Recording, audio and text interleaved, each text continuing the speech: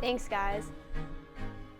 Hey basketball fans, I hope your brackets aren't completely ruined yet, but before we talk about the best time of the year, let's recap our Panther sports. The men's lacrosse team lost Sunday afternoon to Richmond 7-3. The women's lacrosse team beat Coastal Carolina Saturday 16-8 in their first conference game of the season. Senior attack Allie Ford scored 5 goals in the game, as well as becoming the 9th player in High Point history to reach 100 career points. Our baseball team clinched a 2-1 series over the weekend against Winthrop.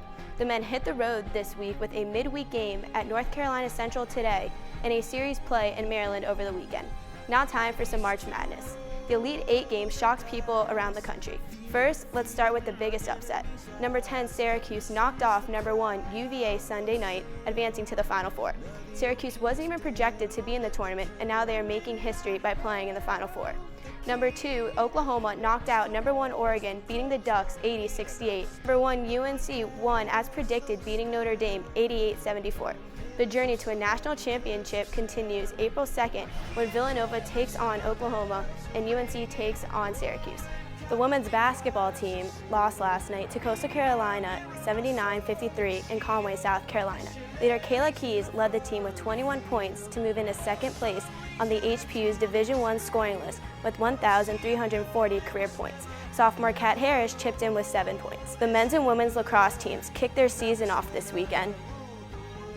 The women's team takes on nationally ranked number 2 UNC Friday at 6 p.m. at Burt Stadium, while the men's team travels to nationally ranked number 3 Duke to play the Blue Devils Friday night at 7 p.m.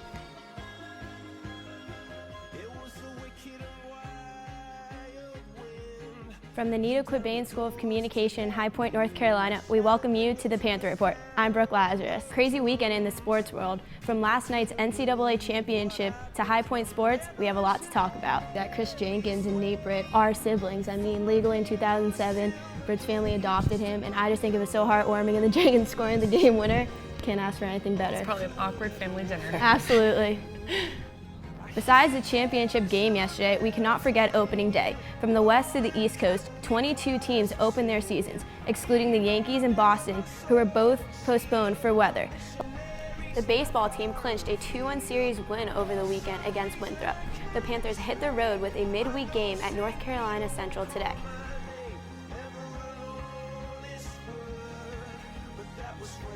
Well, at least to start off with for Coastal, they really need to come out with a strong first half. They were scoreless in the first half against Louisville last game, so it's really important for them to come off strong with high intensity.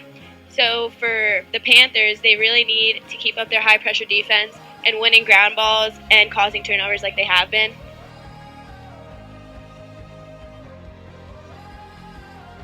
The struggle for us has been getting through that 60-minute time and staying ahead when we have been ahead, and shots that came right at her, and I think she gave us the momentum we needed and the trust that we needed to go out and pressure the ball.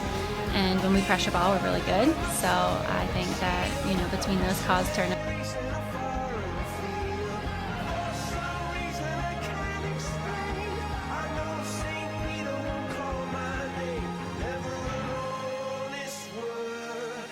That was when I ruled the world.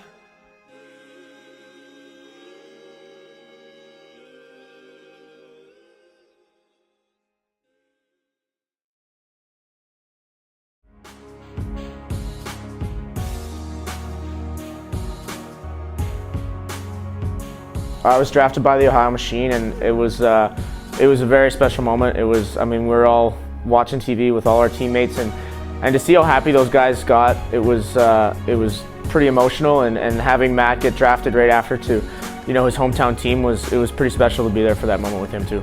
I got drafted by the Boston Cannons, and originally being from outside of Boston, it was a dream come true. I've always gone to their games, so seeing my name go up on TV was a pretty special moment for me and my family.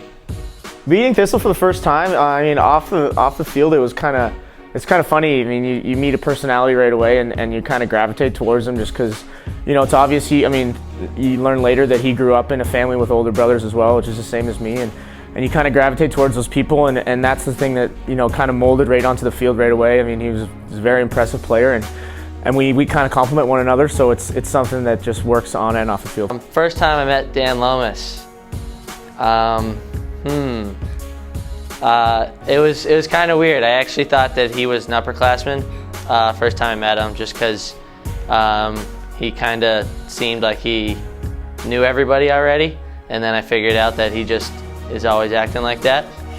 But first time playing, I didn't really know what his game was, but very quickly we started to build some chemistry, and it's been a good run since. I think after graduation, the most special thing I want to leave is just feel comfortable leaving the team with the guys that are still around, and doing everything in our power as seniors to send our class out with a championship and going as far as possible. Just want the guys to have a hard work ethic, but kind of still have fun with the game, and remember that it's not a job. We're still playing the sport we love, and enjoy every day of it. Oh, accomplish, just make it farther than last year. I really just want to not get yelled at and put up a lot of points and win a bunch of games. I think what I would like to accomplish is just to, go further than any team in High Point history has. I think making a Final Four is a goal of ours as a unit, and I think it's pretty possible to do that.